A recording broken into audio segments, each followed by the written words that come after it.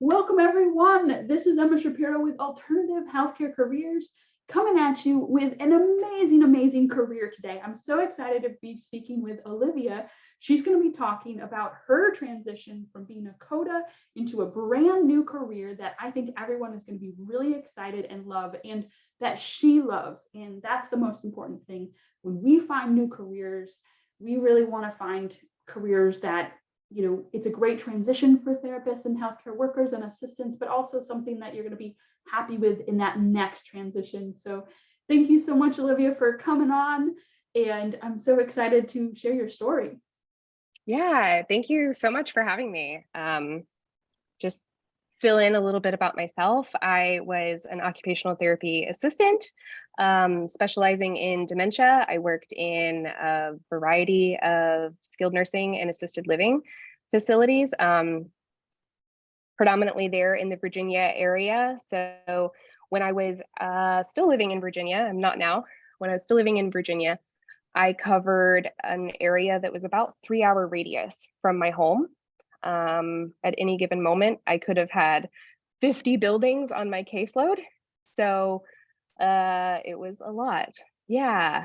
And then in 2018, I decided that I did not want to be a clinician anymore.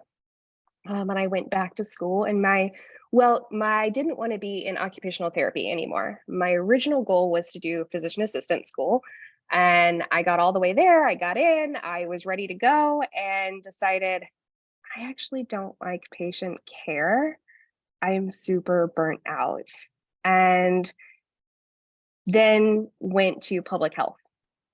So I got my public health degree, bachelor's and master's, with concentration in communications and informatics.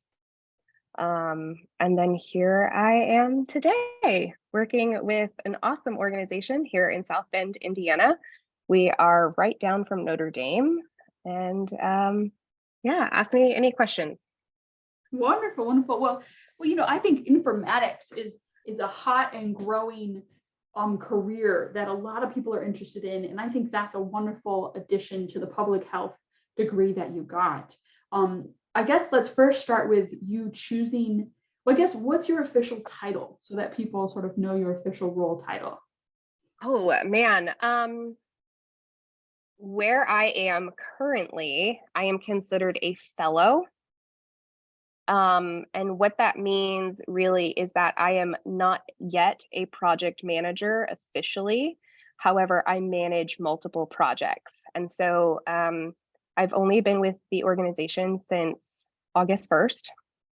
And I foresee me transitioning into official project management, or potentially even actually partnering full-time with one of the organizations that my organization partners with. So it's kind of a unique, I work for an organization that partners with other organizations, and we work on projects collaboratively. And it's all to better the community, whether it is with the civic side of things or it's manufacturing. Excuse me, just getting over a cold. And so my two big projects that I can speak a little more openly about, I am contracted with the city of South Bend, and we are analyzing user data from the website.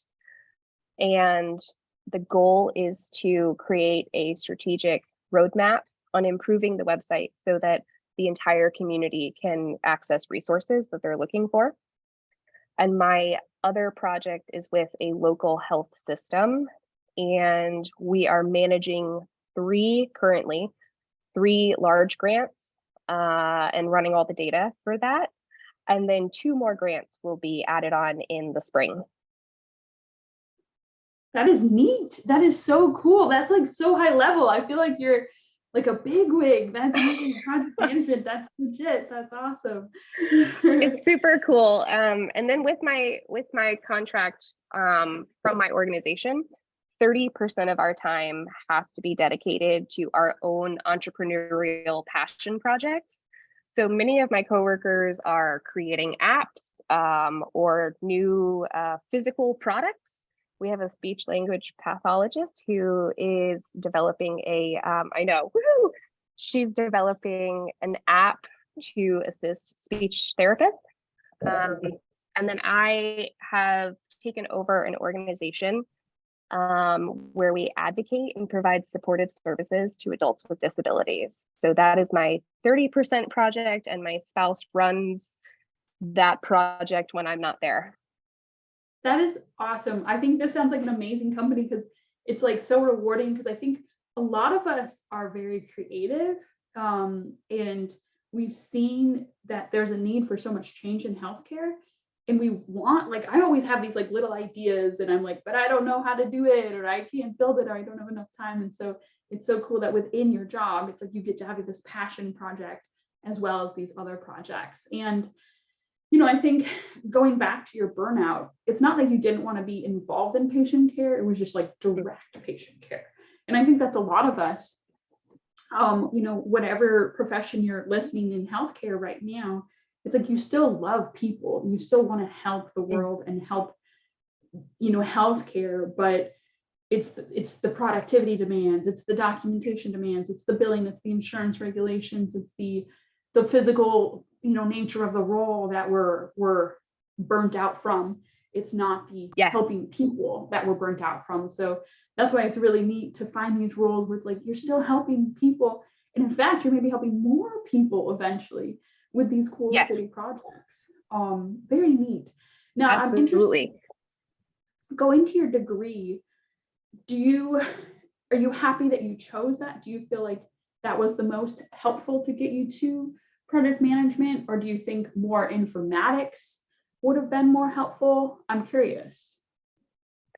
I definitely see where, particularly with the projects that I'm assigned to, having a stronger background in like data science would have been helpful. However, I have unlimited resources with my organization. So if I say, oh, there's a seminar coming up, or I want to take this certification, as long as I can argue that it would improve my ability to perform, they'll pay for it. That's awesome. So, yeah, I really am super fortunate with this. And I fell into this organization. I found the organization ad when I was dropping my son off for like back to school night. I said, oh, what is that company? I wonder what they do. And I looked it up, and I hadn't even pulled out of the parking lot yet. I parked my car away from the door, and I decided to go ahead and apply while my son was in introducing himself to all of his new teachers, and got a call back, and it was fantastic. I really couldn't ask for more. That's awesome. Well, I mean, I think that brings up several points, is that in a lot of these jobs, you can continue to learn. So I think if you're someone who feels like they don't have enough education yet, just try and apply, put yourself out there. And then second is there's so many different places that you can find roles: networking, LinkedIn, Indeed, direct company, directly on the company, but really keeping your eyes out in the community, because there are so many people that are at your church, at your school, all, grocery store, everywhere, that there's opportunities, and those are really something that like you shouldn't forget about. We often are always looking online, but a friend of a friend, those connections are often really more powerful. So I love the fact that you were always keeping an eye out. Yes, now, do you in fact, oh, go ahead. I was going to say, in fact, that networking is what solidified my second interview. When I applied to the organization and had my first interview, there was this window of time where I hadn't received that second call back. And so I started reaching out to previous employers with this organization and networking with them and asking them questions. What is the work-life balance? What is the office culture? And I really think that getting my name out there and also just learning more about the organization really helped my chances to get that second interview. And then even during my second interview, I had actually been somehow connected to the women that were interviewing me, and it worked out. The networking is huge, and we don't put enough emphasis on that. And really, I don't know how to solve that situation yet, but it's something that especially therapists who are trying to transition out of clinical roles, they don't, at least from my experience, they're not putting in enough effort with the networking because they maybe don't see the value in it. But you have to talk to people at church. You have to talk to people at the grocery store. You have to, we have so many skills that we could use. I don't have a tech background at all. And I'm redesigning a website because I have experience with people with disabilities and can improve the website for people in the community that have disabilities. I love that. I agree 100%. You've got to network. You've got to put yourself out there. You never know who knows that next person. And so don't just focus on the online job boards. I wonder, does someone need to have that higher degree that you got, or that particular degree that you got, in order to get into this role, do you think? Do you think in order to be a product or project manager, you would have to get public health and informatics? Absolutely not. In fact, I know here at the city, most of my coworkers have just a bachelor's, and in fact, their bachelors are very irrelevant to what we're doing. Or I don't want to say irrelevant. Maybe that's not the right word. For instance, one of my coworkers who's also working on the website with me, she went to school for fashion design and made clothing. But she was able to take those design elements and say, oh, well, I actually understand what a very attractive interface looks like for a website. And so Yeah. she marketed herself in that manner. And here she is, she's running the background of the website. I'm firmly a fan of that. I think, if I can give anyone advice, it's to always say yes to every opportunity. I've always said yes to anything that I've done, even if it's been just sort of, outside of my comfort zone, because all of that has gotten me to where I am, where it's like, I would have never expected doing what I'm doing, and it's all because you say yes and you continue to learn, and you can learn on your own. You don't need to learn formally. And then your side hustles can actually then really help you in your career development and in moving into these different roles. And so, and just like what you said, like, we have such unique knowledge, and same with fashion design, like everyone has their own unique knowledge that can be not just in that field, but can spread to so many other fields like UX and UI design and all of that. Yeah. So that's super neat. We even have a coworker that went to law school, was a practicing lawyer for many years, and decided, I really want to learn how to code. So we sat down one day and learned how to code, and now he's coding for the website. Yep. So Yep. you can really learn don't have to Udemy. have a degree. Yeah. Exactly. Udemy, Coursera, YouTube. I mean, so much of what I've learned has been YouTube, and then just trial and error, and hard work and fiddling again and again. So let's go a little bit to a day in the life. And I know you've sort of just started, you're still learning. But what sort of a day in the life? Are you working from home? Are you working in the office? And then what are some sort of typical duties, if you could help give us sort of that broad viewpoint? Yeah. So I start my day very early because it's quiet, and I work from home in the morning from about 4 to 7, and then I get my family ready for school and drop them off. Um, and I only have to be in an office, whether it's our main office or a satellite location or at an office for one of our projects.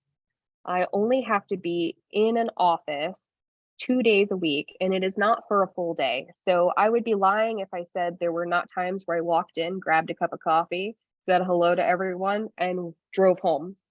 Um, Yeah, there is something about comfy pants and sitting on my couch doing my work that is amazing. Um, but a day in my life outside of that, I generally do somewhere between 3 to 5 meetings a day. Whether it is training somebody who is on one of my projects and maybe we're implementing new software, or I'm training them on how to use spreadsheets. We do a lot of spreadsheets. Um, or it could be meeting with a sponsor who might be discussing some pain points so that we can strategize how to fix those. Or it might just be like meetings with coworkers. Hey, you're working on this project. What do you need? Or how do we support you? And then once a month, I hold a brainstorming session to work with all of the city website editors. Each department has at least one website editor that can go in and fix that department's information. And I hold those on the first Friday of every month. And then also the first Friday of every month, we have all the fellows get together and we meet with the entire team and discuss our projects and share. Sometimes they have like quirky questions that might be even personal sometimes, like what is your favorite food, or I don't know. And then we'll talk about it and laugh. Our organization is really about bringing talent to the area. Indiana has less than 30% of the population with higher ed. And we're really great at having graduates from higher ed, but we're not great at retaining them. So my organization is really working to improve the retention rate and the entrepreneurship and innovation within the area.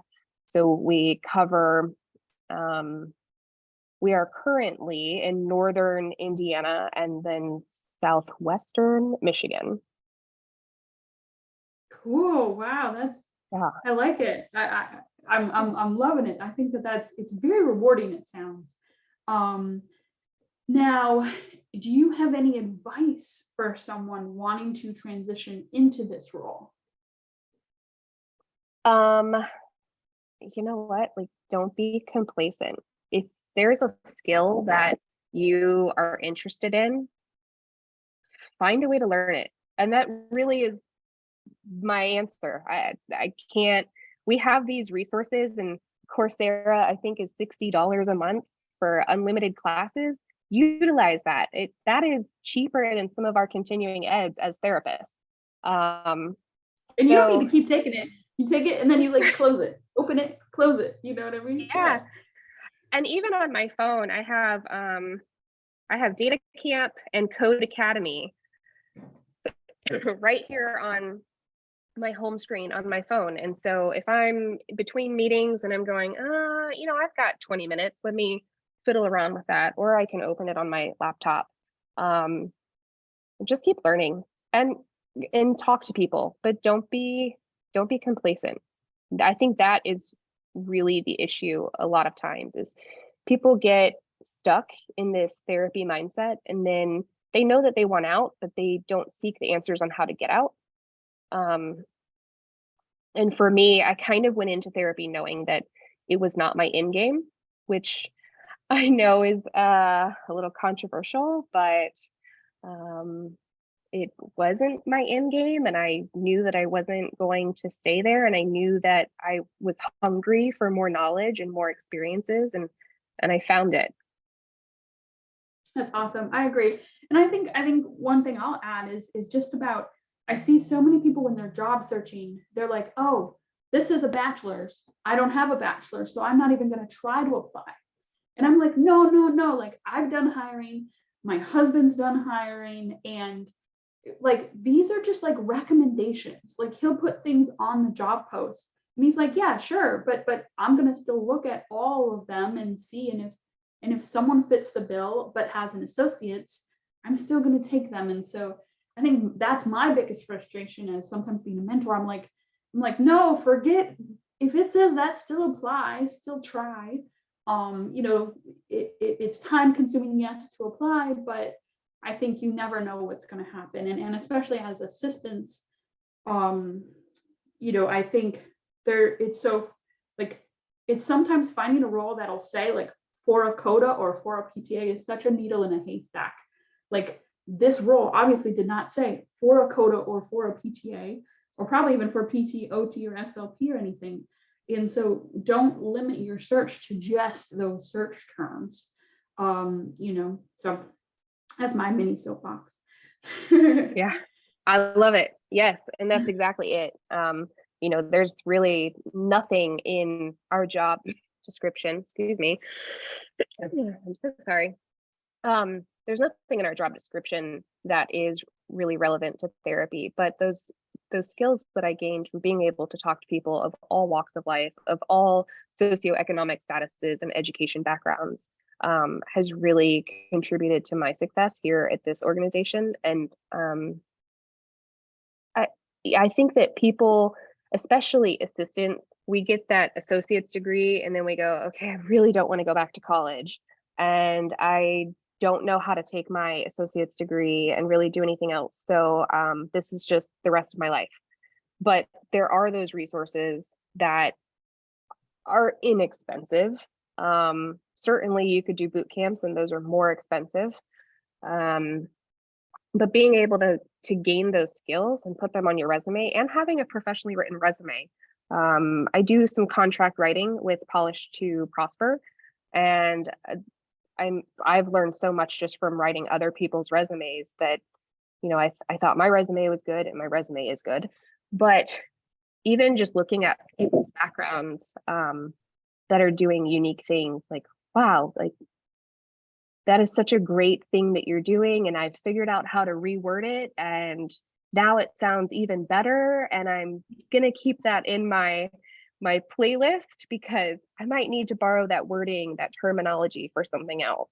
And oh, I love that skill, I'm super interested in it, let me go learn it. Definitely. Let's talk, so that was a little bit about resume, which I love. It's like, use your skills, try to hone in on, the key things: communication, organization, any sort of tech knowledge that you have, leadership, mentorship knowledge, and then really make it sexy. Try to like level it up. Don't make it all clinical, level it and like add datas and facts to help with that. But let's talk about the interview then too. Like, how did the interview go, and any advice on the interview front?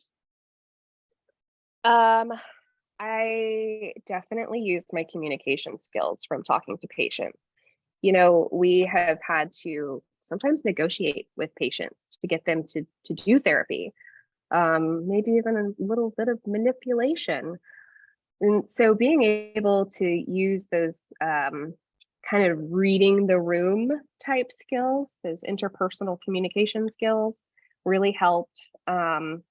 Also, there is so much free information on TikTok about preparing for interviews and writing resumes, especially preparing for interviews. And I remember about a week before my interview with my current company, I started going through TikTok and looking at videos about interviewing and writing down some questions that, as the interviewee, I could be asking my interviewer, and practice putting those questions into my own terminology and a little bit of my sassy flair to it. And so actually, at my interview, the last thing that I said during the second interview was, what reservations do you have about bringing me onto this project? And they were like, throw the papers. All right, you're hired. And that was just kind of like dream come true, but it really does work. I mean, there's so much that we have access to through technology. People don't use it correctly. Yeah, 100%. I mean, I think number one, practice. And I mean, this sounds like all interviews are very the same. Like my husband, he works in cancer research, and his interview questions are very similar to therapy questions that I've had before, and probably very similar to yours. There's the typical strengths and weaknesses. Tell me about yourself.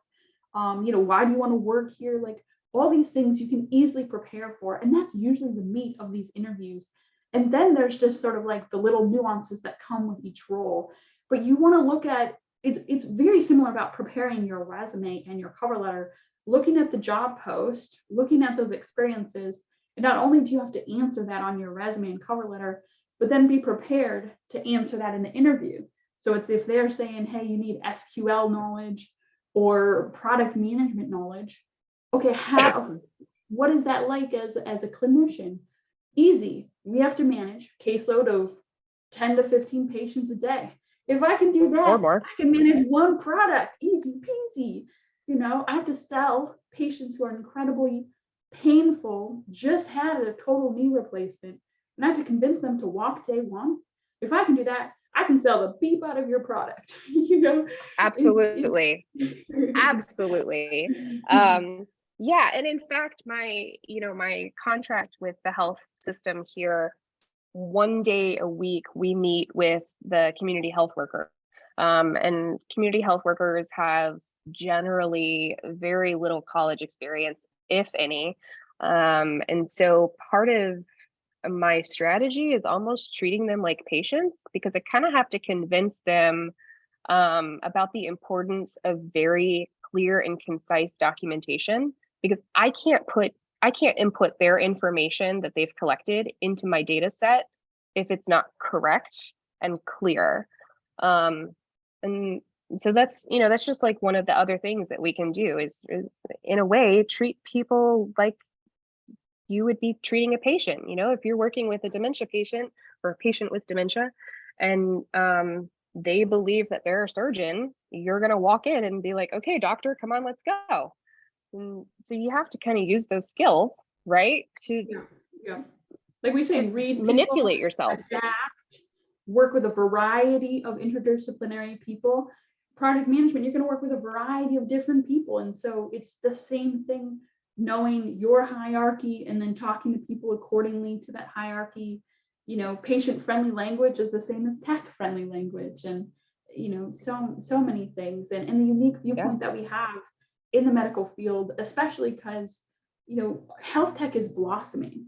And so working with public health, working with these different companies, accessibility, all of that is huge, and that we have that knowledge and that background of these special populations and what could be better for them based on the years of experience, which times that by 10 patients a day is, I don't know, hundreds of thousands of treatments that you have at your knowledge at their disposal. So very, very cool.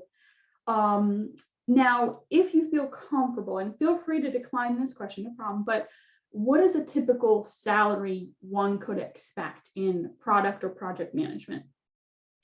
I think that's going to vary, certainly like therapy or anything else. It's going to vary depending on where you live. In this area, depending on your experience, you can potentially expect anything from like 70 to 90. And then again, it's work from home for the most part. And I'm able to also own an organization and also write resumes on the side. It's super flexible. As long as I get my 40 hours in, it doesn't matter how I do it. I love it. I love it. And there's always a range, exactly, but I think that's really neat, especially for assistants watching this, that are always sort of in that like 50K range to maybe 60, maybe highest you could get at 70. That's really neat to know that this is a path that's remote and could be higher than what you're currently making. I guess one last question here to wrap up, Olivia, is any last advice for people interested in this role, whether or not they're a PT, OT, assistant, speech therapist? Any advice would be welcome, I'm sure. Never stop learning, never stop networking. If you don't know where to find the resources, ask somebody that has already found the resources, but don't expect that person to do all the legwork for you either. And then I guess like one other thing to add to my salary, So for example, if the health system decided to pull me from my place of employment and contract me full time as an employee internally, then I would certainly get a pay increase. But because we only spend about half of our week with each client, our pay is a little less. Yeah. Gotcha. And I'm sure there's upward movement though. I mean, it sounds like you're going to go from this founder or fellow to then like an official role. And so there's going to be a bump there. And in a lot of these roles, there's usually a trajectory of upward mobility too, or at least raises that we never see in healthcare. Yes. Absolutely. We do not see them in healthcare. And I certainly haven't been with this company long enough to see a raise, but I get so much praise, which you also don't get in healthcare. And then I also have within my contracts, there are internal coworkers, not my internal, but the contract's internal coworkers who help me network. And also will say something like, hey, I know that we have an opening that's coming up in, such and such date. Are you interested? And this is what the salary is, because I have that inside knowledge. So that's really beneficial.